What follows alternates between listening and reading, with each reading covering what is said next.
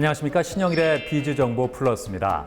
여름철 갈증 해소에는 수박만 한 게 없습니다. 90% 이상이 수분이어서 열을 식히는데도 효과적인데요.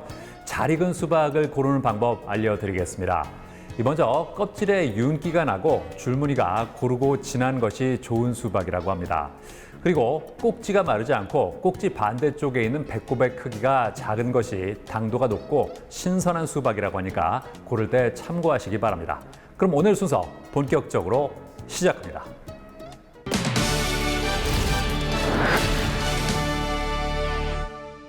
임플란트는 치아의 역할 중에서 가장 중요한 저작 기능에서 자연 치아 못지않은 역할을 기대할 수 있다고 하는데요.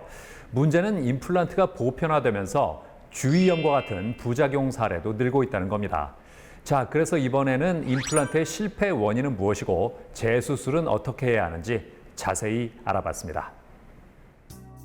영양분을 섭취하기 위한 저작 기능을 담당하는 기관인 치아. 이러한 치아를 제대로 관리하지 않으면 충치나 잇몸병 같은 치주 질환이 발생할 수 있고, 더 심각할 경우 치아가 상실하게 되어 음식을 제대로 씹지 못해 소화불량이 발생할 가능성이 커진다고 합니다. 그렇기 때문에 치아가 심하게 손상했거나 상실되었다면 신속히 치료를 진행해야 하는데요. 대표적인 치료 방법 중 하나가 바로 임플란트 수술이라고 합니다. 임플란트란 우리 몸에서 소실된 조직을 대체하기 위한 인공의 이식물을 말합니다. 그래서 치과용 임플란트란 치아의 결손을 메워서 씹는 기능을 위해 턱뼈에 이식한 보통 나사 모양의 티타늄 금속을 말합니다. 심미적인 기능과 자연스러운 저작 기능을 할 수 있도록 도와주는 임플란트.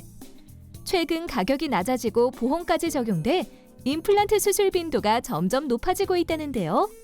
문제는 임플란트 수술 시 뼈의 유착에 실패하거나 수술 후 이를 가는 잘못된 습관으로 임플란트가 파절될 수 있으며 잇몸 염증도 발생할 수 있다는데요. 이러한 부작용들은 임플란트 주위염을 유발한다고 합니다. 많은 환자분들이 과거에 임플란트를 했고 현재까지 탈 없이 잘 쓰는 분도 있지만, 어떤 환자분들은 임플란트 주위 잇몸에서 피가 나고 안 좋은 냄새가 나거나 심지어 고름이 나와서 고생하시는 분도 있습니다. 바로 임플란트 주위염이 발생한 것인데요. 이것은 임플란트 주위 잇몸에 염증이 나타나고 잇몸뼈가 소실된 것을 말합니다. 임플란트 표면은 주위의 잇몸뼈와 단단하게 결합하고 있어야 움직이지 않고 정상적인 기능을 할 수 있는데, 주위의 잇몸이 구강 내 세균으로 인해 감염되면 잇몸뼈가 소실되고 심하면 임플란트가 흔들거릴 수도 있습니다. 임플란트 부작용으로 재수술이 필요한 경우 충분한 상담을 통해 그동안 어떻게 임플란트 관리를 했는지 체크하고 고사양의 정밀치과용 CT를 통해 치아와 치조골 상태가 어떤지 부작용 원인이 무엇인지 파악한다고 합니다. 그리고 세밀한 치료 계획을 세운 후 수술을 진행한다는데요. 과거 임플란트를 했던 부위의 현재 상태가 어떤지에 따라 국소 마취를 하고서 잇몸 치료를 할 수도 있지만, 세균 감염이 심각한 부위는 임플란트를 제거한다고 합니다. 그리고 임플란트를 제거한 부위는 임플란트 재수술이 불가능할 수도 있지만, 명확한 해부학적 지식을 가지고 섬세한 뼈 이식을 통해 턱뼈를 재건하면 다시 임플란트 수술을 할 수 있다는데요. 임플란트 수술 후 잘못된 관리로 임플란트 주위염 같은 부작용이 발생해 걱정이라면 의료진과의 상담과 면밀한 검사를 통해 부작용이 발생하게 된 원인을 파악한 후 체계적으로 재수술을 하길 바랍니다.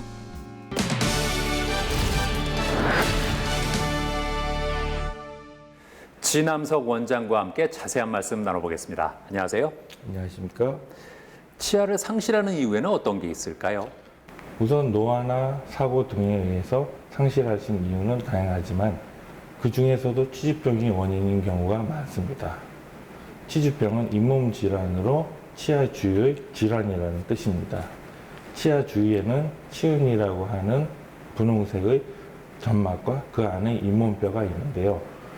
치아 주위가 질병에 걸리면 점막이 붓고 피가 나고 잇몸뼈가 내려앉고 심하면 치아가 흔들거리게 되고 결국엔 발치를 하게 됩니다. 치주병에는 왜 걸리는 건가요? 구강 내의 세균과 음식물 잔사로 인한 치태 때문입니다. 이 원인을 해결해 주면은 치주병이 걸리지 않고 내 치아를 오랫동안 사용할 수가 있는데요. 치주병을 치료하는 첫 단추는 바로 스케일링입니다.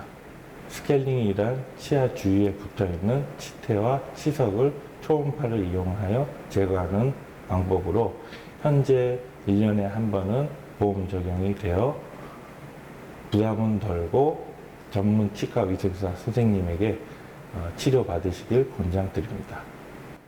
임플란트를 고민하고 있다면 어떤 점을 고려하는 게 좋을까요? 임플란트를 고민하고 계신 환자분들은 다음의 위험 요소가 있다면 반드시 치과 의사와 충분한 상담을 거친 후 치료를 진행하시면 좋겠습니다.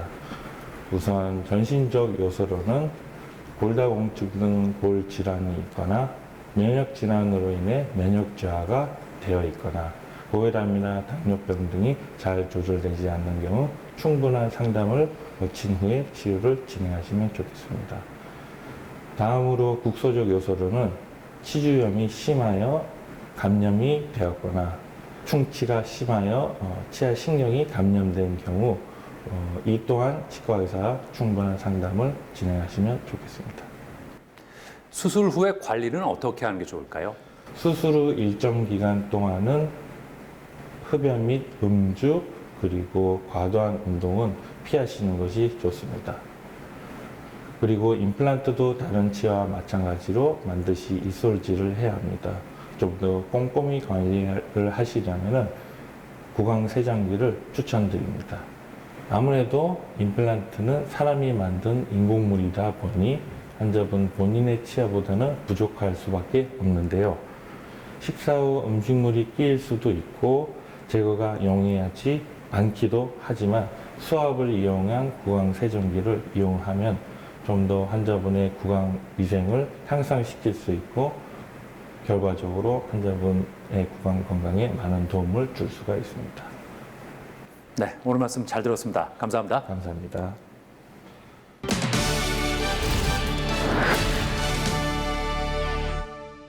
식품이 상하기 쉬운 여름철인데요. 올바른 식품 보관법을 알려드리겠습니다. 먼저 해산물은 내장과 비늘을 손질하고 물기를 제거한 뒤 소금물에 담갔다가 냉동 보관하는 것이 좋습니다.